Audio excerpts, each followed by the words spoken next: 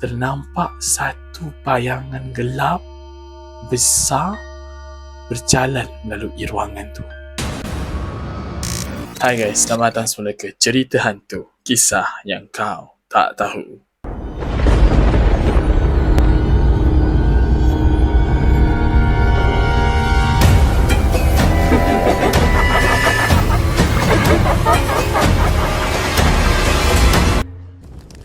Bismillahirrahmanirrahim. Wa qur rabbi a'udzu bika min hamazatis syayatin wa a'udzu bika rabbi an yahdurun. Dan katakanlah, wahai Tuhanku, aku berlindung kepadamu dari hasutan syaitan-syaitan, dan aku berlindung kepadamu, wahai Tuhanku, supaya syaitan-syaitan itu tidak menghampiri. Assalamualaikum, hai guys, selamat datang semula ke K-Studios untuk Cerita Hantu, kisah yang kau tak tahu. Jadi kepada mereka yang belum lagi menonton episod lepas, korang boleh tengok di page K-Studios dan tonton di sana. Dan kepada mereka yang baru saja datang ke K-Studios, hai guys, selamat datang untuk Cerita Hantu, kisah yang kau tak tahu di K-Studios. Dan kalau korang belum subscribe lagi, jangan lupa untuk subscribe, turn on bell notification dan juga share video ini kepada semua rakan-rakan anda di sosmed yang merupakan seram sikit sama seperti anda juga. Jadi kalau ada mereka yang di luar sana nak kongsikan cerita seram mereka dengan K-Studios, korang boleh je emailkan di catofday@gmail.com ataupun korang boleh WhatsApp je kita orang dekat nombor yang ada di page K-Studios. Jadi guys, untuk episod kali ini kita ada dua cerita baru yang kita dapat daripada pendengar K-Studios. Jadi tanpa melengahkan masa lagi, mari kita mulakan untuk cerita yang pertama yang bertajuk Penjaga Rumah Pusaka. Okey, baik. Cerita yang pertama ini diberikan oleh pendengar kita yang bernama Amir. Dia berasal daripada satu negeri yang saya tak boleh nak mention dekat mana. Dan dekat kampung dia tu terdapat satu rumah pusaka lama yang telah ditinggalkan. Okey. Kata orang kampung di situ, rumah pusaka tu sebenarnya ada penjaga dia. Owner lama rumah tu ada membela HR. Jadi pada satu hari ni, si Amir ni masa tu dia balik kampung. So dia lepak lah dengan member dia apa semua. So diorang pun bercerita lah pasal rumah pusaka tu. Jadi bercerita. Si Amir ni, dia ni bila benda-benda macam ni, dia tak berapa nak percaya sangat tahu. Sebab dia tak pernah kena lagi dalam hidup dia. Maksudnya dia tak pernah terserempak dengan benda-benda yang macam ni. Jadi kawan dia ni, nama dia Faiz, bukan nama sebenar. Dia cabar si Amir ni. Dia kata, kalau kau rasa kau berani sangat, kau gilah rumah pusaka tu. Sebab kau tak percaya kan apa yang kita orang cerita ni kan. Sebab kau bukannya ada kat kampung ni selalu, kata kawan dia tu lah. Jadi si Amir pun cakap lah, aku tak takut lah weh. Aku boleh je pergi rumah pusaka tu seorang-seorang, tak ada hal pun, kata si Amir. Jadi lepas orang dah berborak, dah decide apa semua, malam tu juga si Amir ni nak pergi sendiri dekat rumah pusaka tu. Jadi pada jam tepat 12 malam, si Amir ni pun gerak seorang sampai dekat rumah pusaka tu. So kawan-kawan dia teman jugalah, just in case kalau ada apa-apa benda berlaku kan, tak tahulah dia kena rasuk ke dan sebagainya. So diorang dia standby kat luar. Jadi diorang tunggu dekat luar pagar rumah dan si Amir ni masuk seorang lah. Okay. Bila dia masuk je dekat rumah tu, dia dapat rasakan satu aura yang tak berapa nak sedap. Dia rasa macam sangat panas kat kawasan rumah tu, padahal dah malam tau. Dan sepatutnya rumah tu sejuk. Kawasan kampung kan sepatutnya sejuk, mana ada panas kan. Tapi dia masuk je rumah tu, dia rasa panas sangat. Dan rumah tu sangat gelap. So berbekalkan lampu telefon yang ada, dia pun masuklah perlahan menelusuri rumah tu. Jadi bila dia sampai ke satu ruang tamu ni yang terletak dekat rumah tu, tiba-tiba ternampak satu bayangan gelap besar berjalan melalui ruangan tu. Si Amir pun, apa benda tu kan? Dia terkejut sebab seumur hidup dia tak pernah nampak benda tu. Jadi pada masa tu pun dia masih lagi mempersoalkan sama ada itu adalah bayangan ataupun makhluk yang dia tak sangka selama ni wujud. Jadi dia diam sekejap, dia relax, and then dia teruskan lagi perjalanan dia sampailah ke ruangan dapur. Jadi bila dia sampai dekat ruangan dapur ni, tiba-tiba dia dengar macam ada bunyi tangga, macam ada orang naik tangga ke atas. Jadi rumah tu adalah rumah kampung yang 2 tingkat tau. So daripada arah dapur tu boleh naik tangga pergi ke atas. So dekat tangga tu dia dengar macam ada orang menghijab, pancat naik ke atas. So dia pun toleh. Tapi bila dia toleh, tak ada apa-apa pun dekat situ, tak ada orang pun. So masa tu mula-mula dia ingat, oh mungkin member aku nak prank aku kot, kata dia lah. Tapi dia macam ignore je lah benda tu. Okay, tak apalah, dia pun terus lagi menyusuri. So masa dia sampai kat dapur, tak ada apa-apa. So dia patah balik pergi dekat ruang tamu lah. So bila dia pergi kat ruang tamu tu, bila dia nak keluar, ada satu bayangan hitam besar, tegak, berdiri dengan mata merah, duduk tengok dia kat depan pintu tu. Si Amir ni pun macam tergamam. Dia macam apa benda tu kan? Benda yang dia tak sangka selama ni wujud muncul dekat depan mata dia. So si Amir ni terduduk. Dia tertengok je benda tu. Dia tergamam dekat situ. Lepas tu tiba-tiba daripada makhluk tu sendiri keluarnya suatu suara yang berkata, apa kau buat dekat sini? Ini bukan kawasan kau. So si Amin ni dengan menggeletar, dia tak pun nak jawab apa-apa kan. Masih lagi tengah shock, takut tengok benda Allah tu. Sebab dia kata rupa dia memang gelap, memang nampak mata je. So dia kata, dia pun cakap lah, dia pun kumpulkanlah keberanian dia tu. Dia pun balas balik kata daripada makhluk tu. Dia kata, aku masuk sebab aku nak buktikan yang bahawasanya benda ni tak wujud. Dia kata macam tu. Lalu benda tu pun ketawa besar sangat. Dan dia pun cakap, kau silap masuk ke kawasan aku, dan jangan kau fikir kau boleh keluar dengan selamat, kata makhluk tu dekat Amir. So si Amir ni menggeletar. Dia nak baca ayat pun dah berterabur, dah tak tahu nak buat apa. Dia nak jerit pun tak boleh, suara dia tak keluar. So dia pun cubalah untuk keluarkan daripada rumah tu. Dia nak berlari tapi dia tak boleh nak bangun. Macam badan dia terkunci dekat situ tau, dekat depan lembaga tu. Jadi nak tak nak, Amir pun macam dia pun macam menyerah diri. Dan dia pun minta maaf. Dia kata dia minta maaf sebab dia dah langgar kawasan dia. Dia bukannya sengaja. Sebab dia kata benda ni tak pernah jadi dalam hidup dia. Dia kata dia tak pernah nampak pun benda macam ni. Lepas dia Amir cakap macam tu, makhluk tu terus gelak lagi. HR tu gelak lagi. So si Amir ni pun macam, dia kata dia minta maaf. Dia kata dia berjanji dan dia tak akan datang lagi kawasan tu. Dia minta maaf sangat-sangat. Dia kata tolonglah lepaskan dia, tolonglah bagi dia pulang balik. Dia berjanji, dia merayu dan dia tak akan lagi datang kawasan tu. Makhluk tu pun kata boleh, tapi dia minta si Amir ni untuk menceritakan kejadian tu dekat semua orang kampung. Bagi tahu dekat orang kampung, jangan pernah sesekali datang lagi rumah tu. Sebab dia tak suka ada orang luar masuk kawasan rumah tu. Jadi Amir pun setujulah dengan apa dia cakap. Sebab dia dah tak boleh nak buat apa dah. Dia memang tahu dia nak keluar je. So lepas dia agree, makhluk tu pun hilang. Dan dia pun berlari keluar. Badan dia baru boleh bergerak. So dia berlari keluar daripada rumah tu. Dia terus start motor, dia jalan, dia balik. So besok pagi tu si Amir ni demam tau, demam panas. So member dia yang malam tu, yang mana teman dia pergi rumah tu, datanglah. So bapak si Amir ni tanya, apa yang kau buat sebenarnya malam tu? So diorang pun ceritalah apa yang diorang buat. Diorang pergi ke rumah pusaka tu dan Amir terjumpa dengan makhluk tu sendiri. So bapak dia macam marah lah. Dia kata ada benda yang kita tak boleh nak macam langgar ataupun tak boleh nak cabar. Jadi benda ni dijadikan sebagai pengajar adalah nasib baik dia keluar selamat. Kalau dia tak boleh keluar daripada rumah tu macam mana? Kata bapak dia.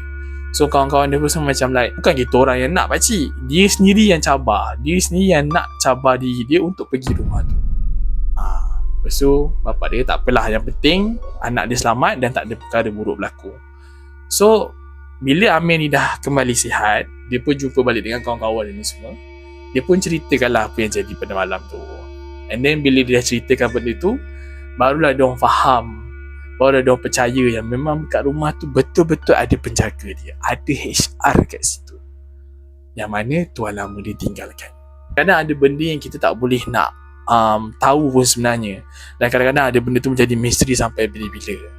So dia kata cerita dia ni disampaikan sebagai satu pengajaran. Sebenarnya cerita dia panjang lagi sebenarnya, tapi dia potong pendek sebab ada setengah-setengah benda dia tak boleh nak cerita, dia kata, sebab benda tu agak privacy, kata dia. Dia kata dia harap benda ni akan jadi pengajaran untuk semua yang mendengar cerita ni lah. Jadi start daripada hari tu memang tak ada siapa lagi berani pergi rumah pusaka tu, tak ada siapa yang sentuh lagi pergi rumah pusaka tu. Orang kampung semua memang tak bagi siapa masuk. Jadi itulah dia perkongsian cerita si Amir ni tentang penjaga rumah pusaka. Okay guys, jadi itulah cerita yang pertama daripada pendengar K Studios, iaitu Amir.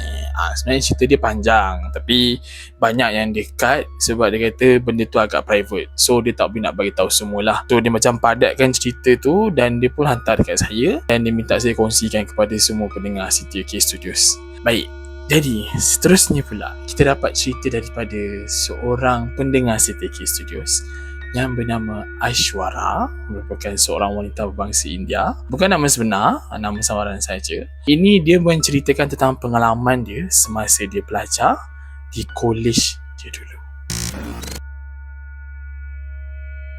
Okey, baik. Pada satu hari ni dekat kolej ni, diorang ni, si Aishwarya dengan kawan-kawan dia ni terpaksa berjaga lewat malam tau.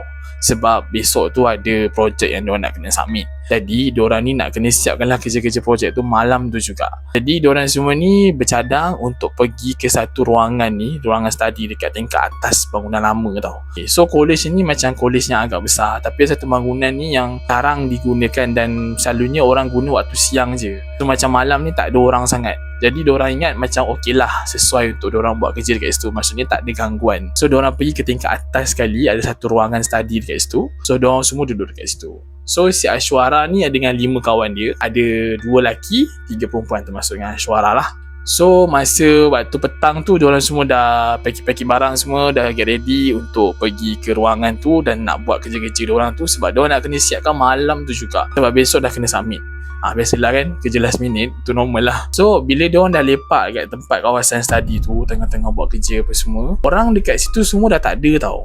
Yang last keluar pun student semua dah keluar. So tinggal memang betul-betul diorang je dekat kawasan belajar tu. Dan semua student lain semua dah balik ke rumah masing-masing, dah pun pergi ke asrama masing-masing, dah start nak tidur lah sebab besok ada kelas kan. Jadi tinggal si Aishwarya ni dengan kawan-kawan dia tengah lagi mengerjakan tugasan yang diorang nak kena submit besok. Jadi mula-mula masa diorang lepak dekat situ, maksudnya masa diorang tengah buat kerja dekat situ, suasana dekat situ okey, tak ada masalah apa-apa kan. Tapi bila dah semakin waktu menjadi lebih malam, dah jadi lebih lewat kan, tiba-tiba lampu dekat tempat study tu berkelip-kelip.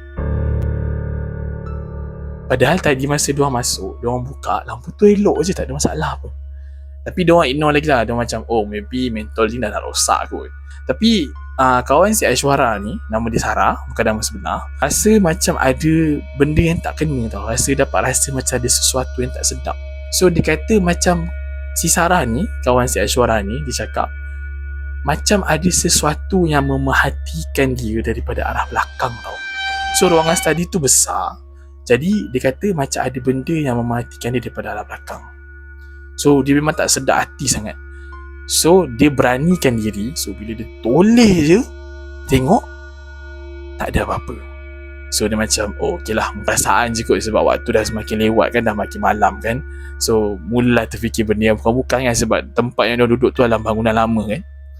Jadi dia pun sambunglah balik buat kerja. Tapi masa si Sarah ni nak toleh balik ke depan, mata dia ni ternampak dekat hujung koridor ada satu bayangan berwarna hitam berjalan melalui kawasan tu sampai ke hujung koridor.